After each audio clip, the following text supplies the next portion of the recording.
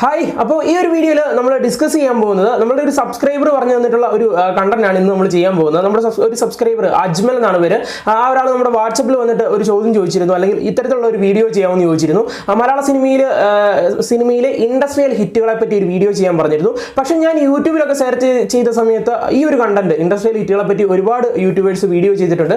അപ്പോൾ എന്തെങ്കിലും വെറൈറ്റി ആയിട്ട് ചെയ്യണമല്ലോ. അപ്പോൾ നമ്മൾ ആലോചിച്ച ഒരു കാര്യമാണ്, ഇൻഡസ്ട്രിയൽ ഹിറ്റുകൾ ഉള്ള സിനിമകളെ പറ്റി പറഞ്ഞിട്ടുണ്ട്, എന്നാൽ ഇൻഡസ്ട്രിയൽ ഹിറ്റുകൾ ഏറ്റവും കൂടുതൽ ഇൻഡസ്ട്രിയൽ ഹിറ്റുള്ള നടൻ ആര് എന്ന പേരിൽ ആരും തന്നെ വീഡിയോ ചെയ്തതായിട്ട് ഞാൻ കണ്ടിട്ടില്ല. സോ നമ്മൾ ഇന്ന് ആ ഒരു കണ്ടന്റ് ആണ് ഇവിടെ സെലക്ട് ചെയ്തിരിക്കുന്നത്. അപ്പോൾ ഐഡിയ നമ്മളിലേക്ക് എത്തിച്ചിട്ടുള്ള അജ്മൽ എന്ന് പറയുന്ന ആളിന് നന്ദി. ഓക്കെ, അപ്പോൾ ആദ്യമേ ഞാൻ പറയട്ടെ, ഇൻഡസ്ട്രിയൽ ഹിറ്റുകൾ എന്താണെന്ന് നിങ്ങളൊന്ന് മനസ്സിലാക്കുക. എനിക്ക് തോന്നുന്നു ഒരു 90% ആളുകളും ഈ ഒരു വീഡിയോ കാണുന്ന 90% ആളുകൾക്ക് അറിയാം, എങ്കിൽ കൂടിയും ഒരു ചുരുക്കം ചിലർക്ക് അറിയത്തില്ലാതെ ഇരിക്കാം. ഓക്കെ, അവർ ഈ ഒരു വീഡിയോ കണ്ടു കഴിയുമ്പോഴത്തേക്ക് അവർക്ക് കുറേ ആശയക്കുഴപ്പങ്ങളും കാര്യങ്ങളൊക്കെ വീഡിയോ കണ്ടുകൊണ്ടിരിക്കുമ്പോൾ വരും. സോ നമുക്ക് ആദ്യമേ അതൊന്ന് ക്ലിയർ ചെയ്യാം. ഇൻഡസ്ട്രിയൽ ഹിറ്റുകൾ എന്നാൽ ഒരു സിനിമ നേടി വെച്ചിരിക്കുന്ന കളക്ഷൻ റെക്കോർഡ് ഭേദിക്കുന്ന അടുത്ത സിനിമയാണ് ഇൻഡസ്ട്രിയൽ റെക്കോർഡ് എന്ന് പറയുന്നത്. ഓക്കെ, ശേഷം ആ ഒരു സിനിമ കൈയടക്കി വെക്കുന്ന ആ ഒരു റെക്കോർഡ് കളക്ഷൻ തുക അത് ഭേദിക്കുന്ന അടുത്ത സിനിമ ഇതിന്റെ അടുത്ത റെക്കോർഡ് എന്ന് പറയാം. ഓക്കെ, അതായത് ഇതൊരു ഒരു സിനിമയ്ക്ക് മാത്രം നേടി വെക്കാൻ സാധിക്കുന്ന ഒരു കാര്യമല്ല. ഇതിങ്ങനെ കൈമാറി പോകുന്ന ഒരു പ്രോസസ്സ് തന്നെയാണ്. ഓക്കെ, അപ്പോൾ നമുക്ക് വഴിയെ ഡീറ്റെയിൽ ആയിട്ട് പരിചയപ്പെടാം. ഓക്കെ, അപ്പോൾ നമുക്ക് സ്റ്റാർട്ട് ചെയ്താലോ. ഓക്കെ, അപ്പോൾ നമ്മുടെ ടോപ്പിക്കിലേക്ക് വരണമെന്നുണ്ടെങ്കിൽ, അതായത് മലയാള സിനിമയിലെ ഏറ്റവും കൂടുതൽ ഇൻഡസ്ട്രിയൽ ഹിറ്റുള്ള നടൻ ആര് എന്ന് കണ്ടുപിടിക്കണമെങ്കിൽ നമ്മൾ ആദ്യം ഏതൊക്കെ ചിത്രങ്ങൾ നമ്മുടെ മലയാള സിനിമയിൽ ഇൻഡസ്ട്രിയൽ ഹിറ്റുകളായിട്ടുണ്ട്, അതിലെ നായകൻ ആര് എന്നുള്ള ആ ഒരു കാര്യമാണ് ആദ്യം കണ്ടുപിടിക്കേണ്ടത്. സോ നമ്മൾ 1983 മുതൽ 2020 വരെയുള്ള മലയാള സിനിമയിലെ ഇൻഡസ്ട്രിയൽ ഹിറ്റ് സിനിമകളെ പറ്റി ആദ്യമേ ഒന്ന് പറഞ്ഞു പോകാം. ശേഷം നമുക്ക് അതിലെ നായകൻ ആരായിരുന്നു എന്നും കൂടി നമുക്ക് ചെക്ക് ചെയ്യാം. ഓക്കെ, അപ്പോൾ ഞാൻ 1983 മുതൽ ഡിസ്കസ് ചെയ്യാനുള്ള കാരണം, അതിന് പുറകിലോട്ടുള്ള കാര്യങ്ങൾ ഗൂഗിളിൽ ഒന്ന് സെർച്ച് ചെയ്തിട്ട് നമുക്ക് വ്യക്തമായിട്ട് മനസ്സിലാവുന്നില്ല. നമുക്ക് 1983 മുതലുള്ള കണക്കുകളാണ് വ്യക്തമായിട്ട് ഗൂഗിളിലൊക്കെ നമുക്ക് മനസ്സിലാക്കിയെടുക്കാൻ സാധിക്കുന്നത്. ഓക്കെ, ഒട്ടും പറഞ്ഞ് ബോറടിപ്പിക്കുന്നില്ല, നമുക്ക് നേരെ വീഡിയോയിലേക്ക് പോകാം. ഓക്കെ, നമുക്ക് നമ്മുടെ ലിസ്റ്റിൽ ഒന്നാമതായിട്ട് 1983 ഒരു ഇൻഡസ്ട്രിയൽ റെക്കോർഡ് സ്വന്തമാക്കുന്നത് നമ്മുടെ മമ്മൂക്കയാണ്. ആ രാത്രി എന്ന് പറയുന്ന ചിത്രത്തിലൂടെയാണ് മമ്മൂക്ക ഈ ഒരു നേട്ടം സ്വന്തമാക്കുന്നത്. നമ്മുടെ ജോഷി ആയിരുന്നു ഈ ഒരു ചിത്രം സംവിധാനം ചെയ്തിട്ടുള്ളത്. ഈ ഒരു ചിത്രം ബോക്സ് ഓഫീസിൽ കളക്ട് ചെയ്തിട്ടുണ്ടായിരുന്നത് ഏകദേശം 1,15,00,000 രൂപയാണ്. ഓക്കെ, 1,15,00,000 രൂപ. ഈ ഒരു ചിത്രത്തിന്റെ പ്രത്യേകത, അന്നേ വരെ ഒരു മലയാള സിനിമയും 1 കോടി എന്ന് പറയുന്ന ആ ഒരു വലിയ തുക താണ്ടിയിട്ടില്ലായിരുന്നു. പക്ഷേ നമ്മുടെ ആ രാത്രി എന്ന് പറയുന്ന സിനിമയാണ് ആദ്യമായിട്ട് 1 കോടി എന്ന് പറയുന്ന ആ ഒരു കളക്ഷനിലോട്ട് എത്തുന്നത്. അഥവാ മലയാള സിനിമയിലെ ആദ്യത്തെ 1 കോടി ചിത്രമാണ് ആ രാത്രി എന്നുള്ളത്. ഓക്കെ, നമ്മുടെ ലിസ്റ്റിൽ രണ്ടാമതായിട്ടുള്ളത് നമ്മുടെ മമ്മൂക്ക നേടി വെച്ചിരുന്ന ഈ ഒരു റെക്കോർഡ് 1,15,00,000 എന്നുള്ള ആ ഒരു റെക്കോർഡ് ബ്രേക്ക് ചെയ്യുന്നത് നമ്മുടെ ഭരത് ഗോപിയാണ്. അതായത് എൻ്റെ മാമാട്ടിക്കുട്ടിയമ്മ എന്ന് പറഞ്ഞ ചിത്രത്തിലൂടെയാണ് ഭരത് ഗോപി ആ ഒരു നേട്ടം സ്വന്തമാക്കിയത്. ഫാസിലായിരുന്നു ഈ ഒരു ചിത്രം സംവിധാനം ചെയ്തിട്ടുണ്ടായിരുന്നത്. ആ രാത്രി നേടിയ 1,15,00,000 എന്നുള്ള ആ ഒരു തുക മറികടന്ന് നമ്മുടെ എൻ്റെ മാമാട്ടിക്കുട്ടി അമ്മ എന്ന് പറഞ്ഞ ചിത്രം നേടിയത് 1,25,00,000 രൂപയായിരുന്നു. അതായത് ആ രാത്രിയിലും കൂടുതൽ, ഒരു 10 ലക്ഷം രൂപ കൂടുതൽ നമ്മളുടെ എൻ്റെ മാമാട്ടിക്കുട്ടി എന്ന് പറയുന്ന ചിത്രം സ്വന്തമാക്കി. അങ്ങനെ 1983 തന്നെ, അതായത് മമ്മൂക്ക ആ രാത്രിയിലൂടെ നേടിയ ആ ഒരു റെക്കോർഡ് മമ്മൂക്കയുടെ കയ്യിൽ അധികം നാളൊന്നും ഇരുന്നില്ല. അതേ വർഷം ഇറങ്ങിയ വേറൊരു ചിത്രം ആ ഒരു റെക്കോർഡ് സ്വന്തമാക്കി. ഓക്കെ, അങ്ങനെ 1983 ഭരത് ഗോപി നേടി വെച്ചിരുന്ന ആ ഒരു റെക്കോർഡ് പിന്നീട് നേടുന്നത് മൈ ഡിയർ കുട്ടിച്ചാത്തൻ എന്ന് പറഞ്ഞ ചിത്രമാണ്. ഈ ഒരു ചിത്രം റിലീസ് ചെയ്തിട്ടുള്ളത് 1984 ഈ ഒരു ചിത്രത്തിന് ഒരു പ്രത്യേകത കൂടിയുണ്ട്.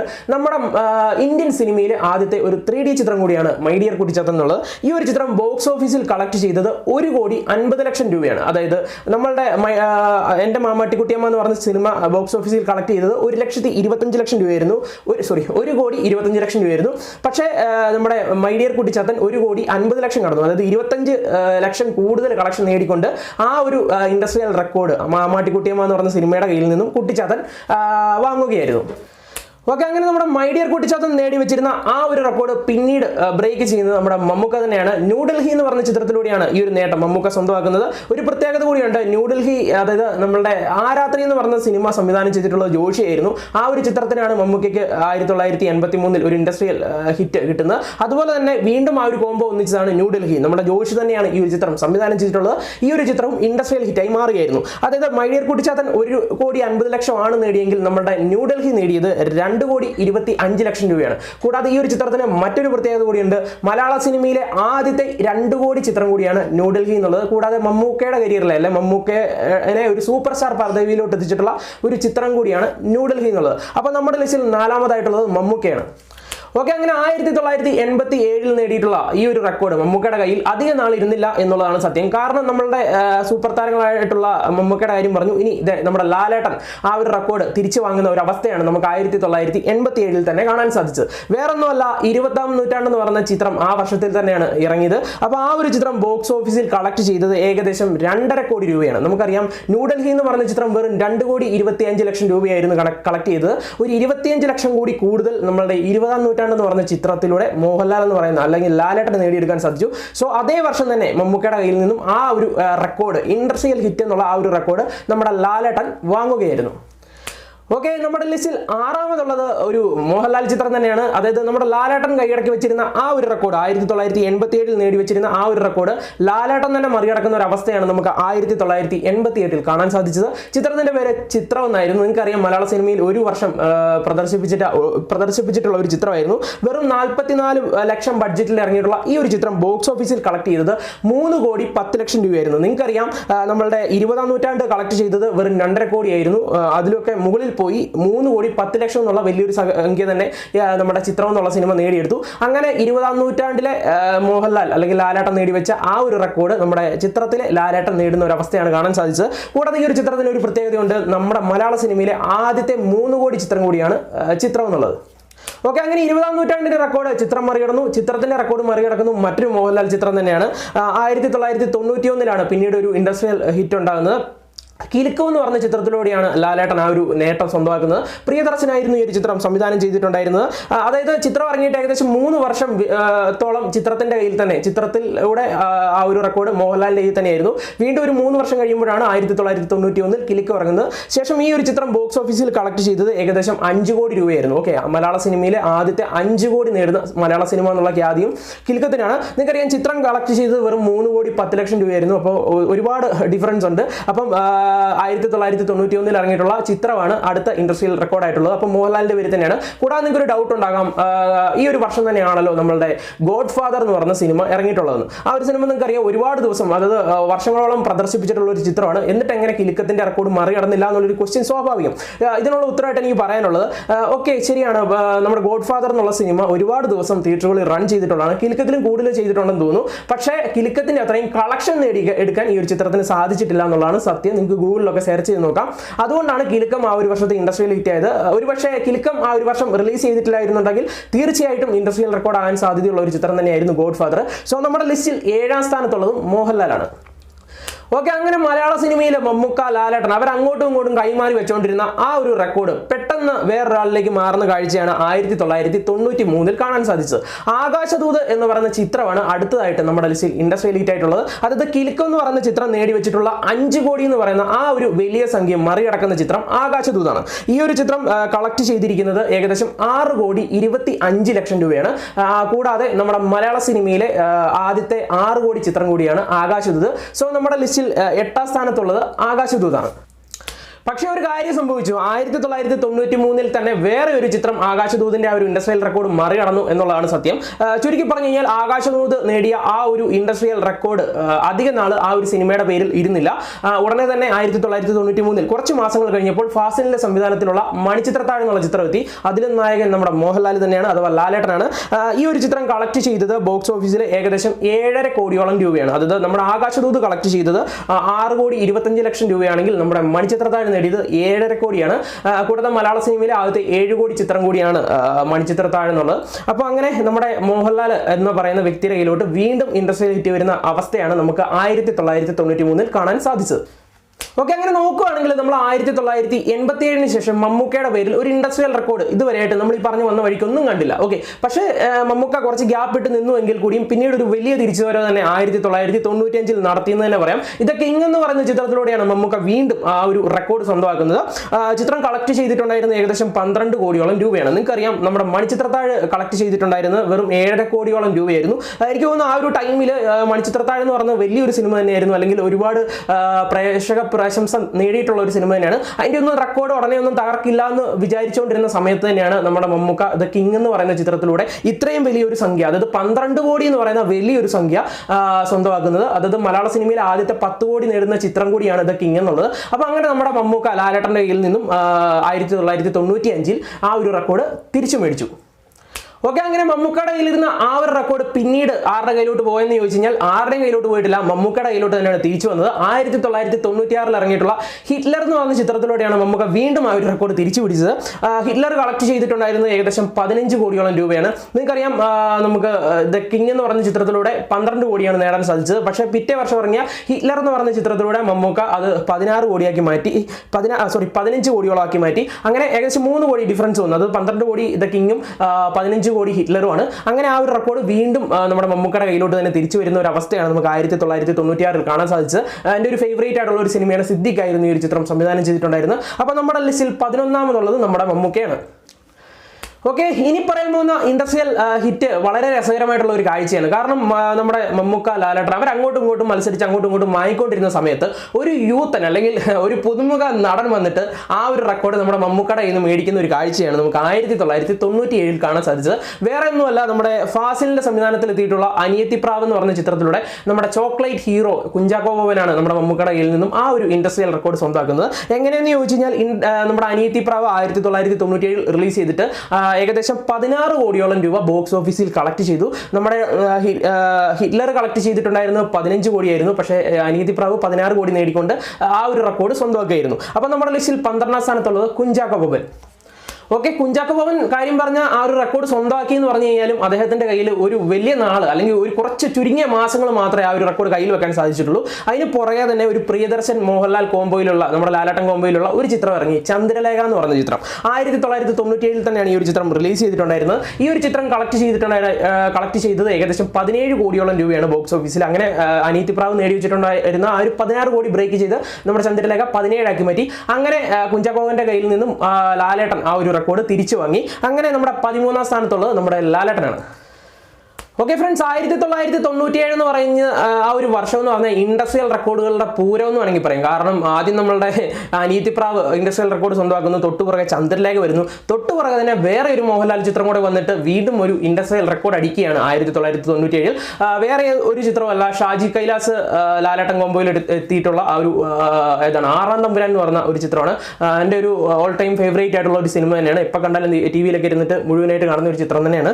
അപ്പോൾ ഈ ഒരു ചിത്രം ബോക്സ് ഓഫീസിൽ കളക്ട് ചെയ്തത് 18 കോടിയാണ്. കൂടാതെ ആ ഒരു വർഷത്തിൽ നമ്മൾ നോക്കുകയാണെങ്കിൽ 1997 എന്ന് പറയുന്ന വർഷത്തിൽ മോഹൻലാൽ എന്ന് പറയുന്ന നടൻ 2 ഇൻഡസ്ട്രിയൽ റെക്കോർഡുകളാണ് സ്വന്തമാക്കുന്നത്. അപ്പോൾ അങ്ങനെ ഒരു പ്രത്യേകതയുണ്ട്. ഓക്കെ, എന്തായാലും നമ്മുടെ ലിസ്റ്റിൽ 14ാം സ്ഥാനത്തുള്ളതും മോഹൻലാലാണ്.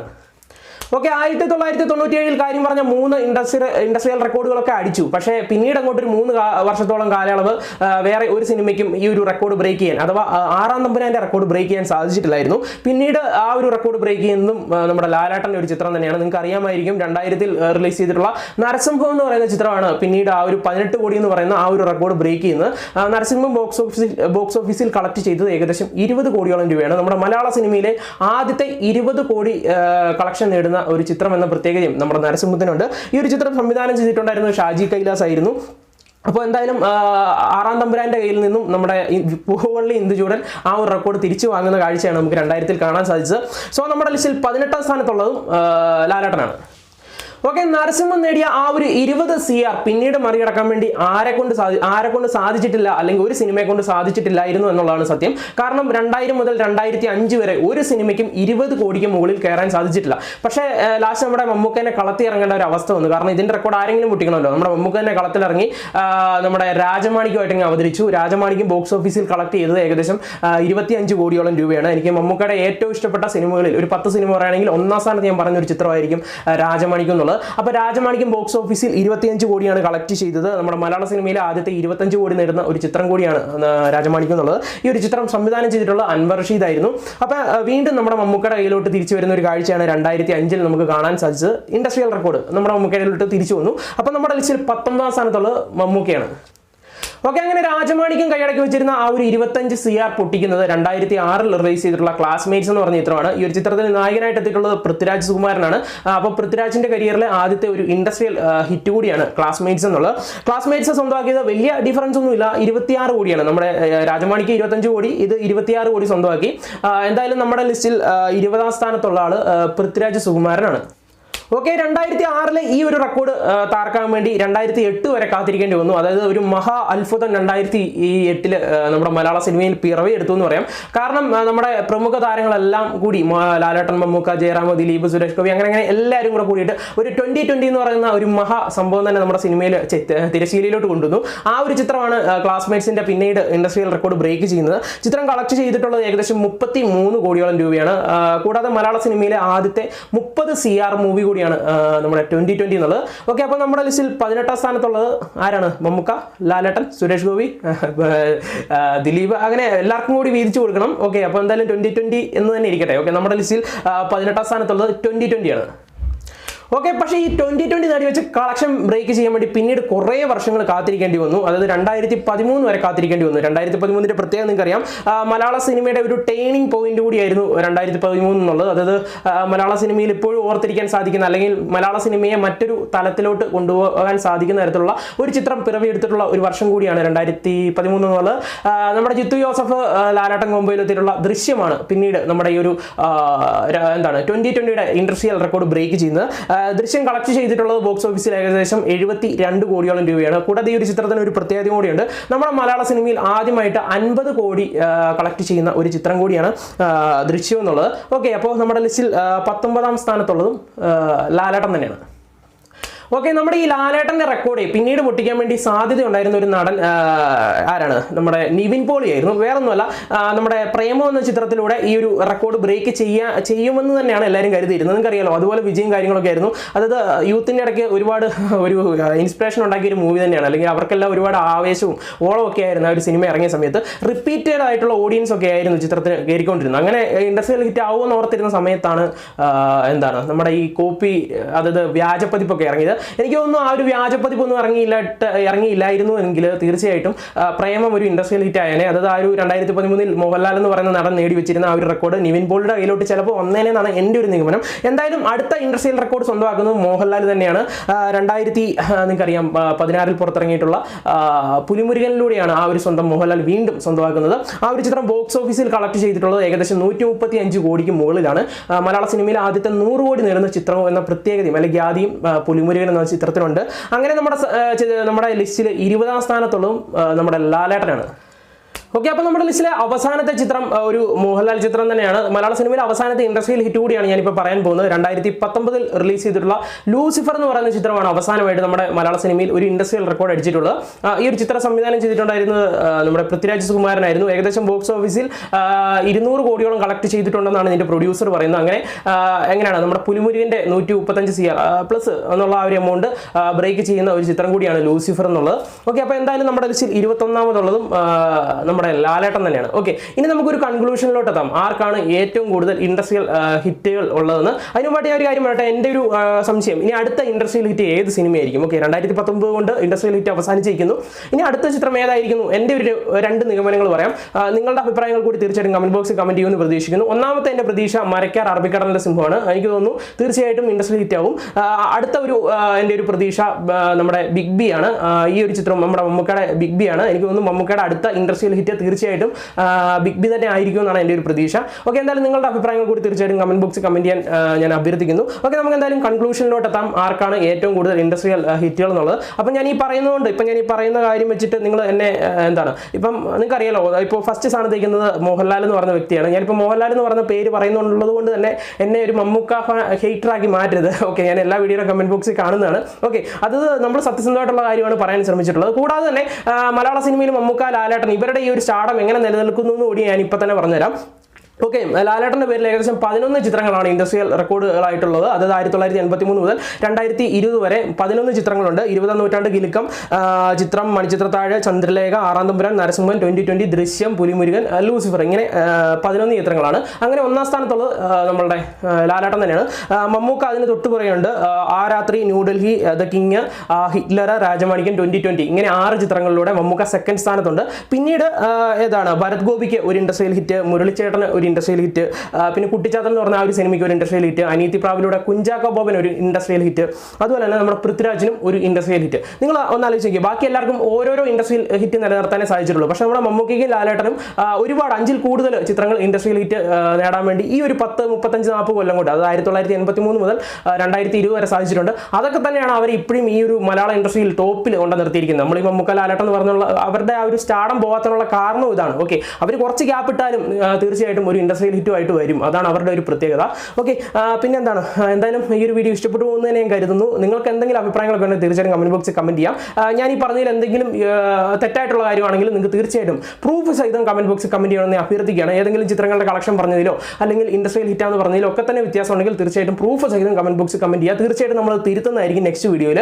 ഓക്കെ, അപ്പം വീഡിയോ ഇഷ്ടപ്പെട്ടുവെങ്കിൽ തീർച്ചയായിട്ടും ഒന്ന് ലൈക്ക് ചെയ്യണം, അഭിപ്രായങ്ങളൊക്കെ കമന്റ് ബോക്സിൽ കമന്റ് ചെയ്യണം. അപ്പോൾ ഇതുപോലെ മൂവി റിലേറ്റഡ് ആയിട്ടുള്ള എന്തെങ്കിലും വീഡിയോസ് ഒക്കെ ആയിട്ട് ഉടനെ എത്തും. അതുവരെയും ബൈ ബൈ.